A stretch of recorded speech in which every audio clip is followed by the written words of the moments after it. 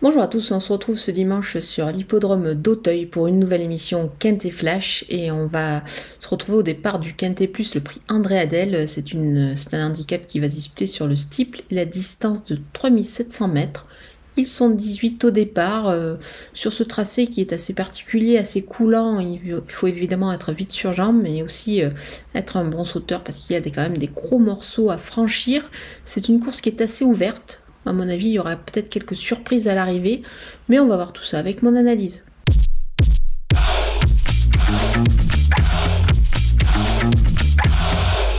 On attaque avec mes bases et le numéro 4, Canichette. Elle a débuté à Auteuil sur ce parcours justement, qu'elle va retrouver dimanche, celui des 3700 mètres. Sa rentrée vraiment excellente. Certes, elle retrouve les handicaps ici en 58 de valeur, mais je pense qu'elle est capable de s'imposer ici tout simplement. Elle a bien progressé, j'y crois beaucoup.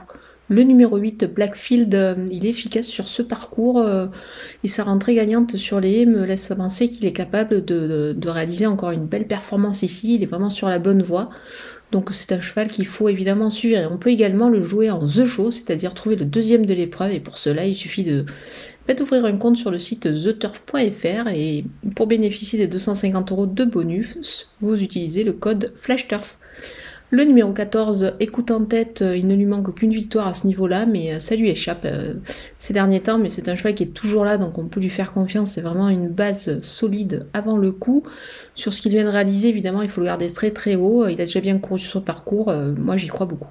Les opposants avec le numéro 2, Saint-Dubaoui, il a vite retrouvé la bonne carburation, ce cheval-là, il va confirmer, même s'il débute dans les handicaps, je pense qu'il est capable de bien se comporter, il a des moyens, il porte bien le poids, donc on peut compter sur lui. Le numéro 1, Avanea, elle rentre, mais c'est une jument qui court bien sur sa fraîcheur, donc je la pense capable de se distinguer ici.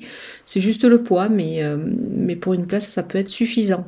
Le numéro 13, Sacarles, elle revient en steeple avec des ambitions, Bertrand Lestrade est en scène, il devrait pouvoir lui donner le meilleur des parcours. Le numéro 18, Pinnacle Down, est en progrès depuis son retour en piste. Je pense que c'est pas mal du tout, surtout à ce poids-là. Mon coup de poker, c'est le numéro 6, Guenola Conti. Elle découvre l'hippodrome d'Auteuil, mais c'est sur un parcours coulant qui devrait pouvoir lui plaire ici. Je pense qu'elle est capable de se distinguer dans ce lot qui n'a pour le coup rien d'exceptionnel. Donc attention à elle, la jument est en forme. Donc on va la surveiller de très très près. Du côté des outsiders, avec le numéro 9, Miracle de Well, ce n'est pas un gagneur, mais c'est un cheval qui est toujours là, donc on va pas l'écarter du tout. Au contraire, on va le surveiller, il peut accrocher une belle place. Le numéro 3, Osaville, sa rentrée lui aura fait du bien, je pense que le parcours va lui plaire également. Donc attention quand même, on va s'en méfier. Le numéro 15, Lady Anwell.